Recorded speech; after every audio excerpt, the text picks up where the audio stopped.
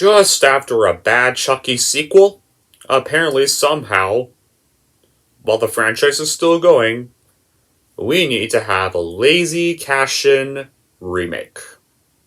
Really?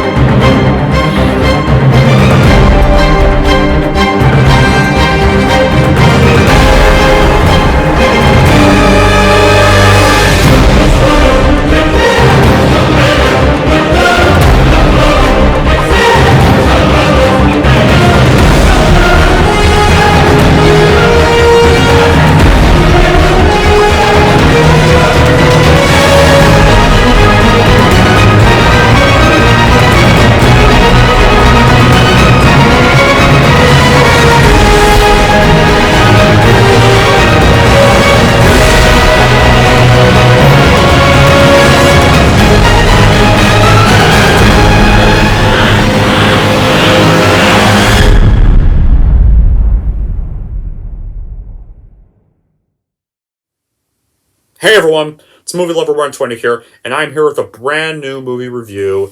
And this movie review is going to be for another remake of a horror franchise I'm currently reviewing. This is the last movie I have to review in this franchise. And as of course, none other than, well, you can guess this one, I think, at this rate. It's for a remake that came out around 2.5 years ago. And that is, of course, none other than the remake of Child's Play. Yeah, apparently this remake trend has not died off just when we thought this remake thankfully got cancelled in favor of Curse. Nope, it's back again. It's back because we need another one. We needed to make this movie so bad because you want to know why they made it? Money! This one did not have Don Mancey's involvement, did not have Jennifer Tilly's involvement, or Brad Dourif's involvement. This one, they announced they did not like it, or were displeased with the remake. Because this movie was made during the time, the series was still going. And despite Cult being bad, there was still some hope for the franchise. I mean, we still had that series TV show coming out. Well, yeah. Because, with that being said, though, let's get on with the plot of this one. Well, here's the plot of this one. After moving to a new city, young, or teenage Andy Barkley, as I call him in this, receives a special present from his mother, or somewhat big sister look-alike I'm going to get to in a bit. A seemingly innocent buddy doll that becomes his best friend. When the doll suddenly takes on a life of its own, Andy unites with other neighborhood children to stop the sinister toy from wreaking bloody havoc. So, how is this movie made? Well, we all remember in the early 2010s, before Curse of Chucky started its development, a planned remake for the original 1988's Child's Play was announced, with Brad Dourif set to reprise his role as Chucky. There wasn't much information about the remake, but it was thankfully, at the time, cancelled. One of the few things that were known about it is that it would have taken place around Christmas like the original film. And then eventually, on July 3rd, 2018, Metro, on sad side of news, Metro-Goldwyn-Mayer announced the development of the remake back in production again, with a different creative team than the original film series. Well, that's a red flag right there. Polaroid director Lars Klevberg signed on, with a script by Tyler Burton Smith, following its work in Quantum Break. It and in Chapter 2 collaborative team Seth Graham-Smith and David Kratzenberg served as producers. And in September 2018, Gabriel Bateman, Aubrey Plaza, and Brad Terry Henry were announced to star as the three leads. In November 2018, Tyne Consigilo and Beatrice Kitsos joined the cast, and in March 2019, it was confirmed that thankfully there was some hope for the remake because they had confirmed at that time Mark Hamill would be voicing Chucky in this movie and replacing Brad Dourif. Graham Smith elaborated on Hamill's casting in an interview with Entertainment. So, eventually, the movie was made, and it was released into theaters in the United States on June 21st, 2019, the same date as Toy Story 4, by Orion Pictures through United Artists Releasing. The film received mixed reviews from critics and grossed $45 million worldwide with a $10 million budget. Fans seem to be much more negative to the project, but me personally, I will admit, I did used to like this movie at the time when I went to see it in theaters back in summer 2019. Yes, guys, I did see this movie in theaters. When I got out of the theater, like, I was dreading this movie with the trailers, and then I saw the movie, I was like, okay, that was pretty good. That wasn't great, but that was kind of good. But then, once I got the DVD, rewatched it, and I was like, oh, yeah, I can see where Captain J was talking about, because if you all remember, back when he did, like, live streams and reactions, the final live stream he did was of his favorite and least favorite films of 2019, and Captain J, or originally called Empire Fan Productions, just to clarify, guys, he's now named Captain J, guys. He just changed his name. Captain J said he did not like this movie, and while he did like Mark Hamill's voice acting, he did not agree with the concept, and neither did I. Because I prefer Chucky better as a soul-possessed killer doll, not some android robot. My god. So, but I think it's just okay at best. Not as I don't like it as much now. Not terrible, but not too great. So there are some things I like and some things I don't like. And I don't like is going to get very extreme with the stuff I really do not like in this. Anyway, let's get started with the review. As with most modern and necessary remakes of classic horror slashers, and trust me, there are like so many fuckloads of them.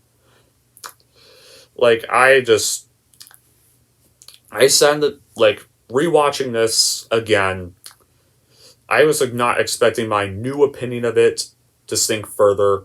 Because, like, I was not excited for this when they announced it, because why remake something if decisions aren't put in place to change the story, and if you're just gonna rush the release date? Well, but when I saw the movie, it wasn't as bad as I predicted it to be. This rebooted interpretation of Holland's original takes Chucky down a new direction. In a way, this one, you know how in CHUCKY they made Chucky a wimp? Well, Chucky's not really a wimp in this movie per se, but they probably do something just as bad. Like, just this one, they modernize the story. They use advanced technology that surrounds the hardworking humans every day nowadays, like the cloud technology, robotics, smartphones, artificial intelligence, and the uprising of self-driving vehicles. Chucky is this one, instead of being a soul-possessed killer doll, he's now this product of external factors, like the whole serial killer transferring his soul via voodoo magic nonsense is old news.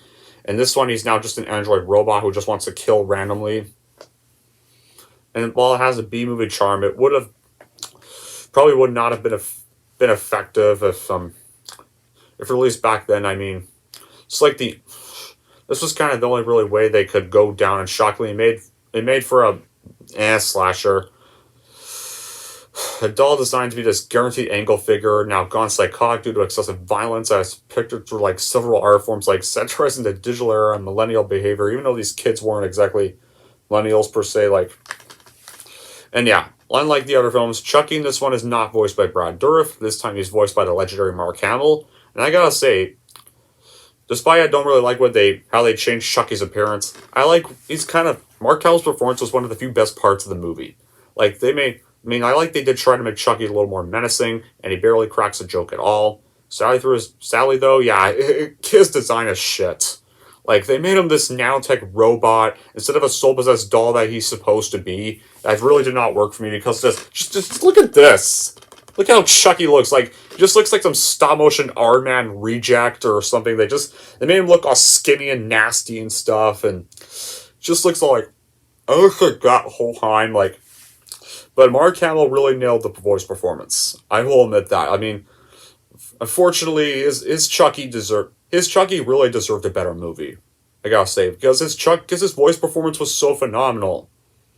And also, I do like the gore. There are some good kills in here. I mean, the whole like final gore bath at the very end of the film in that whole store is pretty hilarious. I will gotta say, like, some of the kills are kind of funny as hell, like, and stuff. Like, if you maybe like had a beer or something and had a few buddies or drink the beer, you could like enjoy the corny ridiculousness of the whole final scene. Like, those were pretty cool moments. Like, Mark Hamill's voice acting and some of the gore was pretty good, but those are kind of the good qualities for me. The reason why this is not as bad as Color Seed. Now, let's get on with the bad qualities of the movie. Oh, man, there are still a number of bad qualities in this movie. Okay, for starters, let's get on with my number one hated one. You know, remember Karen Barkley in the original movie played by Catherine Hicks, who was the mom who didn't believe her son? Well, in this version, she is now played by the really miscast who doesn't even look mom age at all. Like, Aubrey and Gabrielle don't even look mom and son aged at all. I don't know what dumbass thought that was a good idea to cast that. Like Gabrielle Bateman was fine, but you could have picked like a way younger kid, one that doesn't look like Andy looks too much like a teenager in this movie. They look like brother and sister in this film. Like, yeah, this one, Aubrey Plaza plays Karen Barkley in this movie, and they completely destroy her character in this movie because in this one they make her this extremely unlikable, nasty, lazy jackass whose name basically fits her well. She's this overly stern, rude asshole who's extremely idiotic, and just sits on her ass most of the movie. Like, she's even the generic horror mom who never believes her kid. Like, she's just so unpleasant in this movie, and she's almost as bad as Buck Cluck from Chicken Little. Like, in the original 1988 film, she didn't believe her son Andy what said about Chucky had killed the babysitter Maggie, and she was a cliche, but you still saw her love for Andy, who is supposed to be 6-year-old kid in the original movie, not some, like, 14-year-old teenager who's obsessed with his phone. This one, in addition to the moments of mother and child that Karen and Andy had in the original 1988 film, and they had much more chemistry than this version of them for the 2019 film. In addition to her in the 1988 film, she had more character development than in the 2019 movie, and she was much more lovable and likable in the original movie. I mean, I get no one's gonna top Catherine Hicks, but like, Aubrey almost ruins this whole entire movie with her awful acting. Like, God, I couldn't stand every minute of her. I just wanted her to die in this movie. Like what's worse is that she's even the one who kills Chucky in the movie. Like, she gets the final kill blow on Chucky. Like, because like during the final like showdown, after like Andy dismembers Chucky, then Chucky rises up and attempts to stab Andy. Then remake Mike, who's played by Byron Tyree Henry in this film, doesn't shoot Chucky in the heart, just shoots him in the side, and then just Karen somehow had freed herself because she was about to be hanged and by Chucky brutally and stuff, and she just walks over and says, "Don't fuck with my son," just rips his head off. What was that? Somehow that kills Chucky, even though, like, Chucky got his head shot off in the original, and he still survived. He was still alive. Like, in the original, he was burned, had limbs and head shot off, he still survived, and he didn't die till he got shot in the heart. Yeah, and somehow Chucky dies after getting his head ripped off here. Like, God, that almost ruined it for me. Like, there's even another moment where like, she just looks at Chucky, she just, like, taps his head or something, like, and then just walks away, like, what was that, Chuck? Like, I just hate that she survives this movie. Like, Chucky should have killed her in the end of the movie. I hated her. I wanted her to die so bad, but no. She ends up surviving. Like, God, like, her, like, this version of her almost killed this movie for me. God. Like, God, I hate her. I hate this version of her. This version of her should have died. Ugh. Anyway, like, speaking of just unlikable characters, like, every, like, other character in this movie is just so hateable that you want to see Chucky just kill all the characters, especially the adults, because almost all of them are unpleasant. Like, another thing about Karen in this movie, she even has this annoying boyfriend named Shane, but unlike how Karen somehow survives, at least they killed Shane's stupid ass. Like, seriously, like, almost every adult in this movie is just this immature child. Like, nobody talks like these adults in this movie do. No adult talks like this in real life. Almost every adult character is a rude, unlikable jerk in this remake. Like, no one is, like, nobody, grown-ups don't talk like this. Whoever directed this movie, Lars Klipberg, grown-ups, adults don't talk like this in real life, Lars Klipberg. I don't know where you were, but this is not how grown-ups around that age talk. Like, no one, like, not even, like, just, like, no adult behaves or talks like this in this remake. Not like these adults did in this movie. Like, yeah, not only that, they even give Andy a group of friends in this movie, so basically they go to Stranger Things and It route, give Andy a group of friends, so it's basically just another movie that has a cast of kids to write off the success of Stranger Things and It. No. I'm sorry, like, that wouldn't be bad if this were not a Chucky remake, but having a bunch of Stranger Things imposters, no, that does not work. That never works for a Chucky movie. I'm sorry, no. No. Like, they don't even have any of those Losers Club or Hawkins's chemistry. They don't have those chemistry at all. And Stranger Things and It Related stuff does not work for a Chucky movie. No, like, keep that out of Child's Play. Like, back then, almost every horror film was just trying to rip off Stranger Things, and just Stranger Things related stuff always getting in my favorite franchises or It related things. But yeah, like, there's even a scene where Andy and his friends are watching Texas Chainsaw Massacre Part 2, which is another horror film made by MGM. And I like they kind of reference Texas Chainsaw 2 in here, I will admit that. And Chucky imitates the film by holding a knife saying, "Heads up, bitch," which is out of place for a Chucky movie or Child's Play film. So